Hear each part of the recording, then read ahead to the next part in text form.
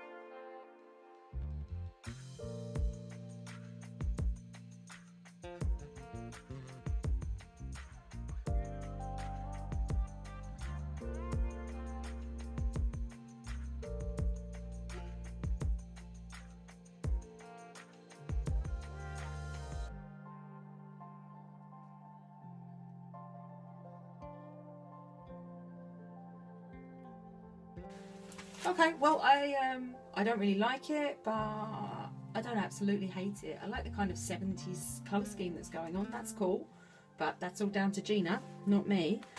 I chose this colour scheme partly because Gina used it before, and she did this big swipe, and that was what got me into trying to start acrylic pouring, because I really wanted to make something like that. I have not yet successfully been able to get cells like that, but and certainly not to get my paints to layer the way that hers did. But as I read more and more about pigment densities and work harder at getting my consistencies to be the same across all colours, hopefully I'll be able to get something like that. Okay, I'm going to torch this very lightly so that I don't set flame to the muco.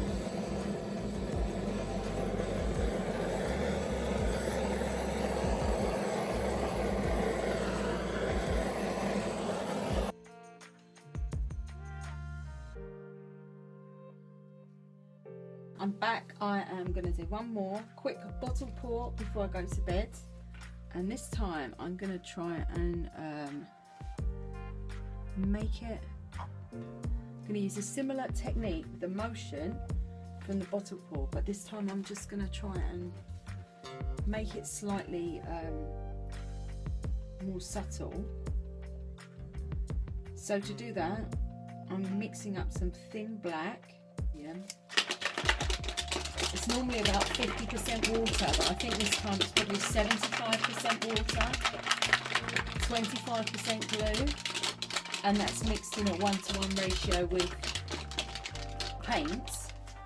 So hopefully it will be very runny.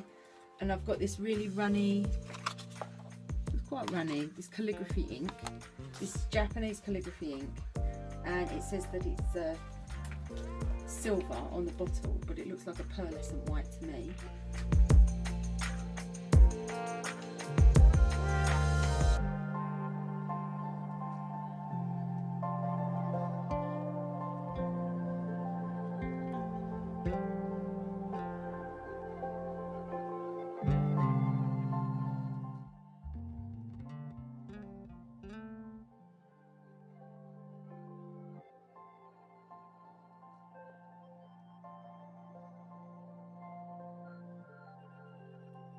So I have singed the pigment on the middle of these flowers so that it's got a little bit of texture.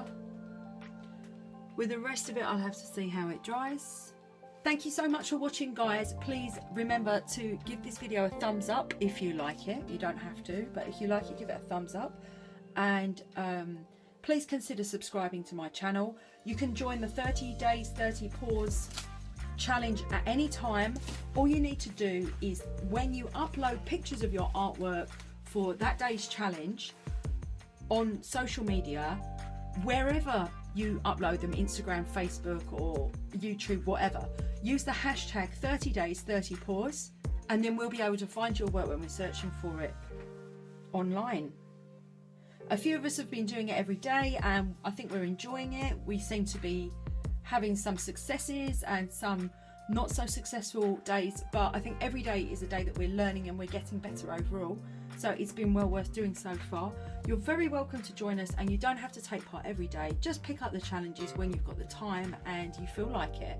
There's a list of every day's challenge below, and there's a playlist of the videos I made that I did so far. Once again, thank you so much for watching and taking time out of your day. Please drop me a comment if you've got any questions or any feedback. I'd be really happy to hear that. Thank you so much, everyone. Bye.